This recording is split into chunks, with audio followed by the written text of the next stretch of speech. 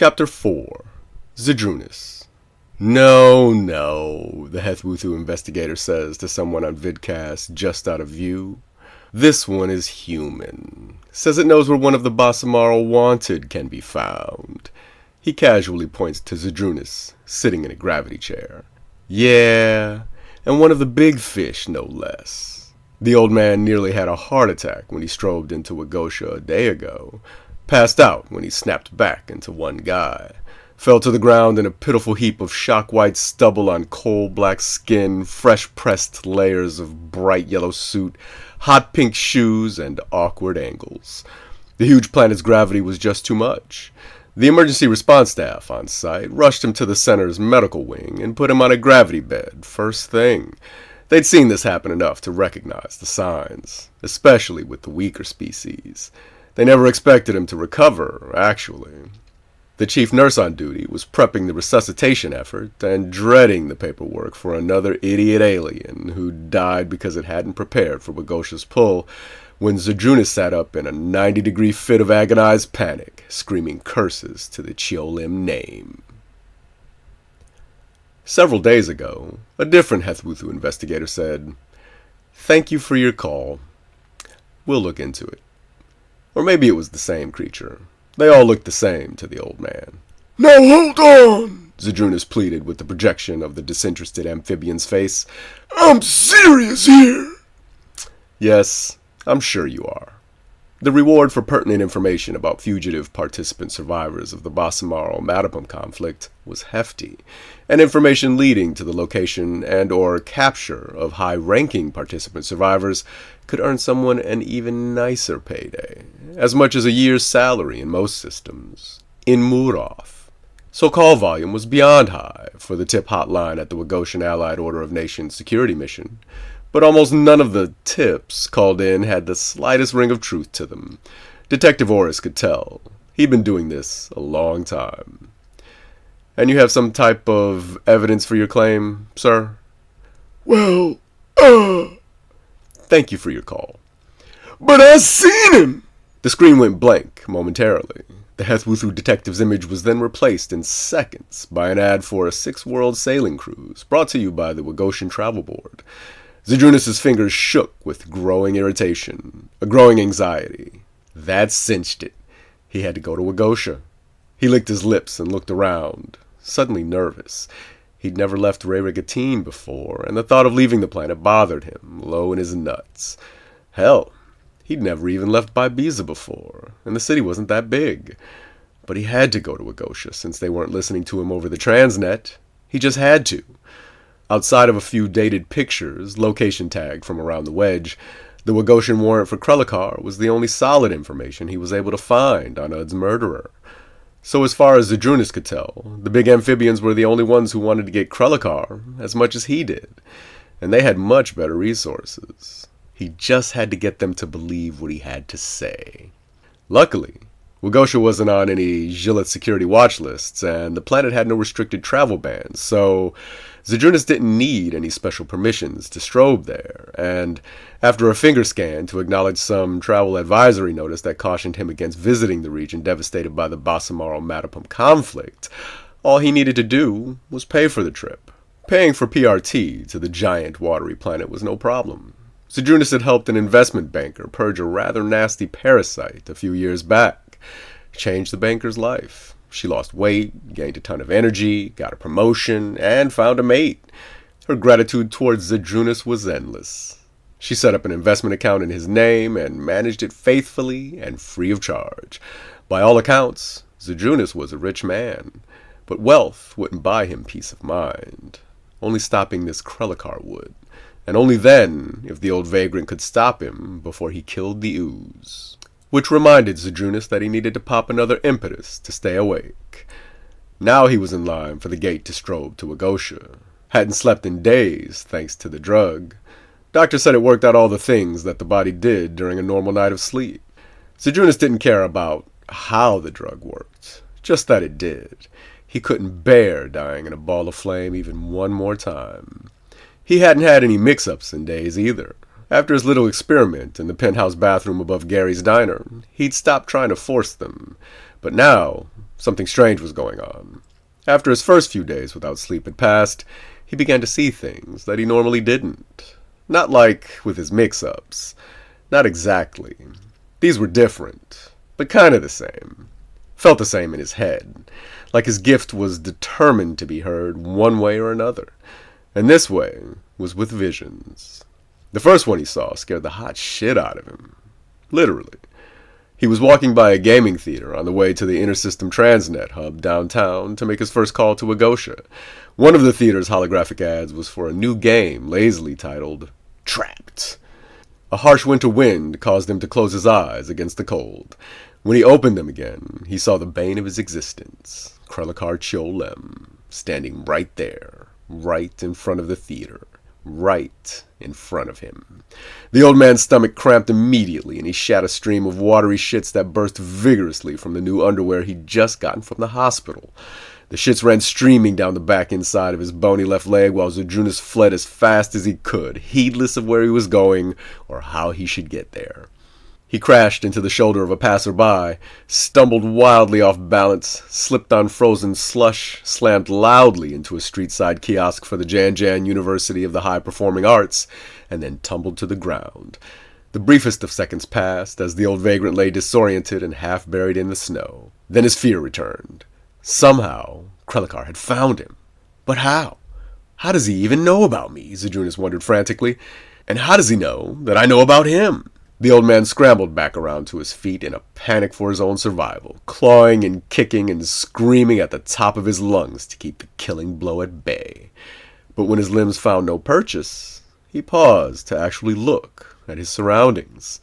There was a couple staring at him from a cautious distance, and a lady dragging her bundled-up child away in a hurried walk. Across the street, a group of teens playing hooky were bent over in fits of laughter, pointing and shouting at the old vagrant fighting ghosts in the snow. But there was no Krelakar Cholem. Zydrunas had gone to the penthouse above Gary's to bathe and put on clean clothes.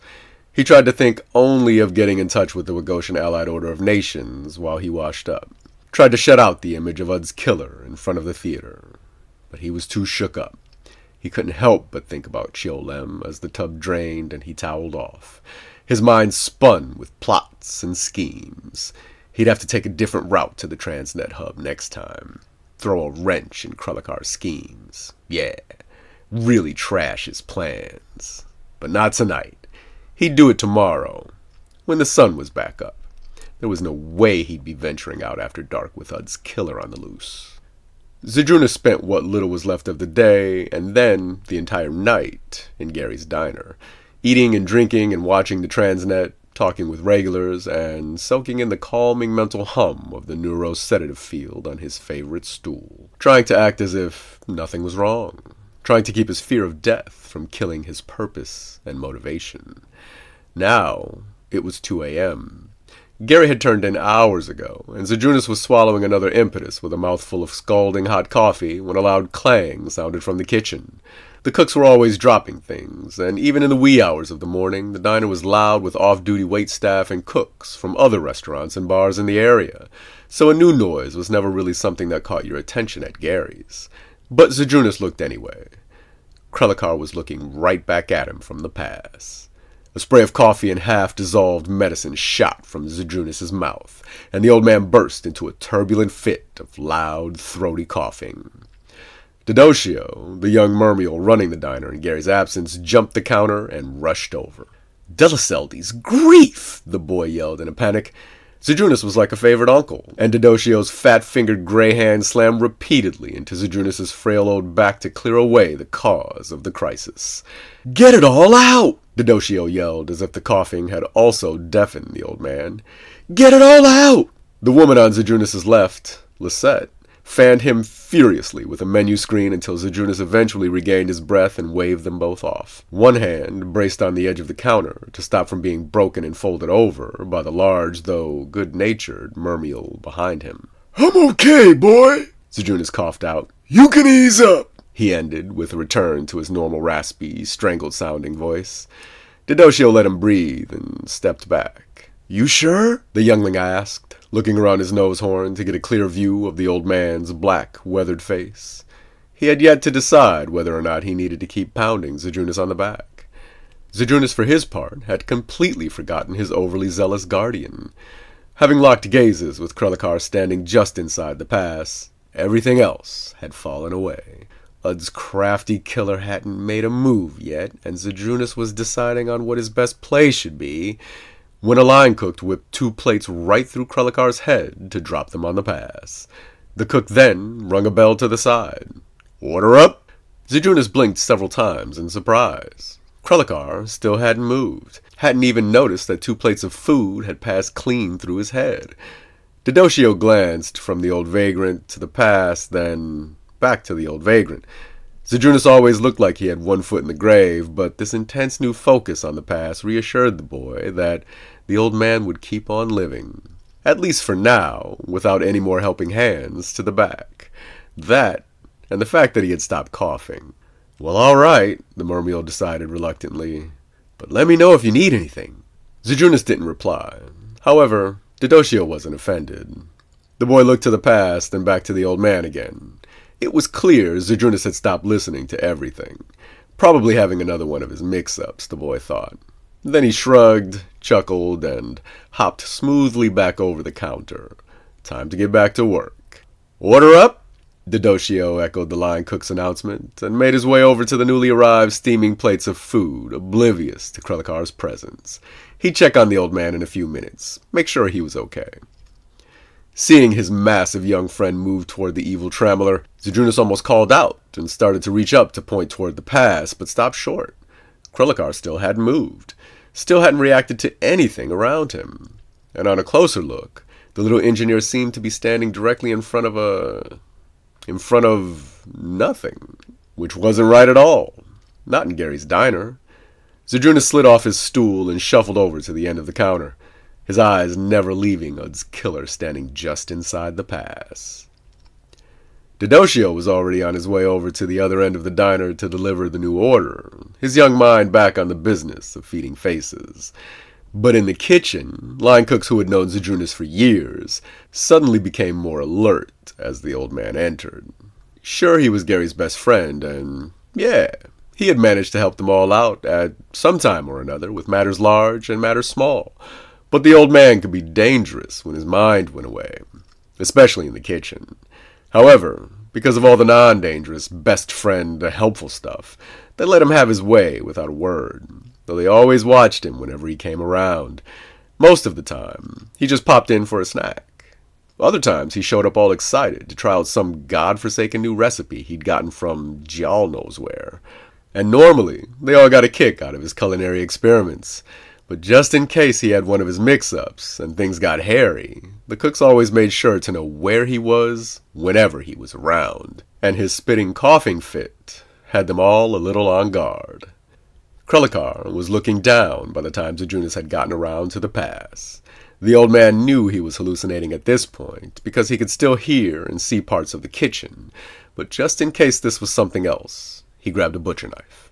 At this, the line cooks all clustered together at the other end of the kitchen, not really afraid for their safety, but amused and acutely interested in what the old man was about to do next. 3 of them already had their temple-mounted cameras set to record. Zydrunas took one step closer, and the emptiness behind his mortal foe began to twinkle and sparkle, and then to shimmer and slide.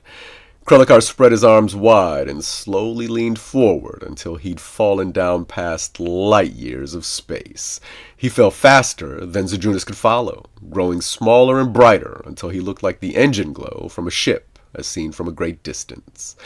Landing in the middle of a bird's nest of new and rusted metal on the very tip of a giant scorpion stinger, he then disappeared.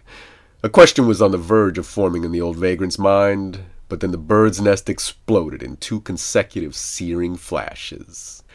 Zydrunas' arms jerked up to shield his face, and he jumped back with a yelp of surprise. When he opened his eyes again, all he saw was the kitchen at Gary's diner, and the cooks, huddled together in a back corner by racks of spices, each of them with a kitchen utensil or a pot raised defensively against any more of the old man's sudden moves. "Zyd?" one of the cooks ventured. "You back?" Zydrunas' wavering, watery eyes flicked over at the question. His two pinhole pupils focused on the speaker. Pelcheon. Good old Pelcheon. Been at Gary's for 12 years. A wizard on the grills. No one could make a 5-minute omelet near as good. Everybody called him Merlin. Merrill for short. I know where he's gonna be, Merle, Zydrunas said after a lingering silence. He was starting to breathe fast and hard. I know where I can stop him.